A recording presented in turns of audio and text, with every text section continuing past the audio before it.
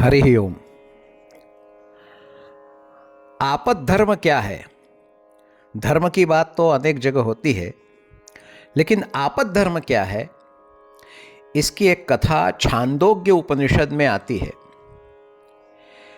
एक समय कुरु देश में ओलों की बड़ी भारी वर्षा हुई। इससे सारे उगते हुए पौधे नष्ट हो गए, भयानक अकाल पड़ गया।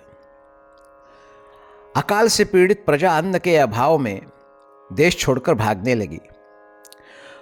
वहीं उसी स्थान पर उशस्ती नाम के एक ब्राह्मण रहते थे।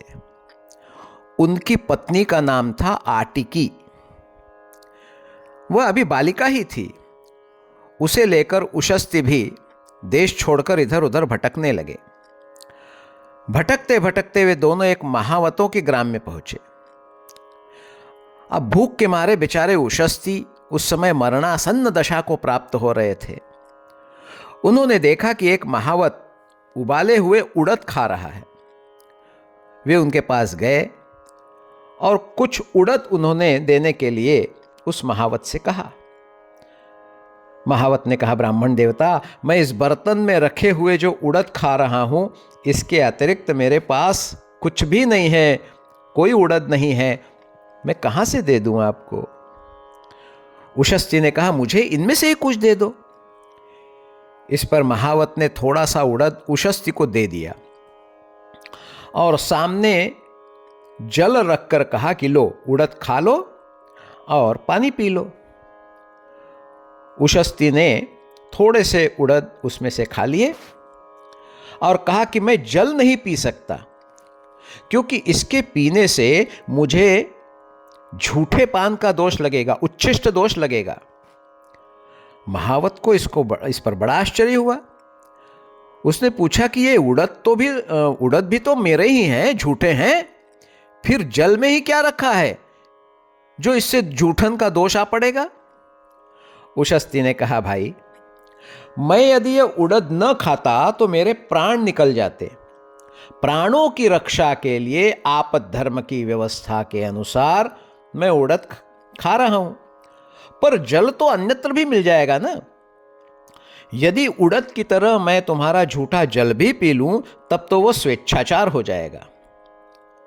और आपद धर्म और स्वेच्छाचार, इसमें अंतर है, इसलिए भैया मैं तुम्हारा जल नहीं पीऊंगा। ऐसा कहकर उशस्ती ने कुछ उड़द स्वयं खा लिए और शेष अपनी पत्नी को दे दिए। ब्राह्मणी को पहले ही कुछ खाने को मिल गया था, इसलिए उसने उड़दों को खाया नहीं, अपने पास रख लिया। दूसरे दिन प्रातःकाल उशस्ती ने नित्य क्रिया की और फिर अपनी पत्नी से कहा कि क्या करूं, मुझे जरा सा भी अन्न कहीं से खाने को मिल जाए तो मैं अपना निर्वाह होने योग्य कुछ धन प्राप्त कर लूं, क्योंकि यहां से समीप ही एक राजा का यज्ञ चल रहा है। वहां ऋत्विक के कार्य में मेरा भी वरण हो जाएगा। इस पर उसकी पत्नी आटिकी ने कहा कि मेरे पास कल के बचे हुए कुछ उड़द हैं, उसे खा लीजिए आप और यज्ञ में चले जाइए। उस भूख से अशक्त उशस्ती ने उसे खा लिया और राजा के यज्ञ में चले गए। वहां जाकर वे उद्गाताओं के पास बैठ गए।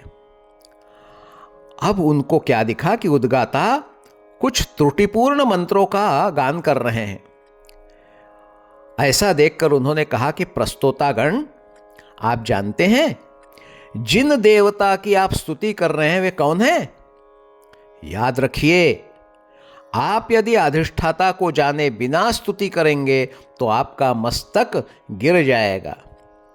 फिर यहां वही बात आई कि जो हम मंत्र कह रहे हैं उसका भाव, उसका अर्थ, उसका स्वर ज्ञान जब तक न हो तब तक उस मंत्र का प्रभाव नहीं हो सकता, बल्कि दुष्परिणाम हो सकता है।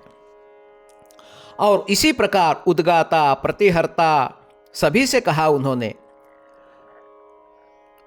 ये जो शब्द मैंने अभी कहे, अधिष्ठाता, प्रस्तोता, प्रतिहर्ता, उद्गाता, ये सब वेदों के हिसाब से होता है, ऋग्वेद, यजुर्वेद, सामवेद, अथर्ववेद।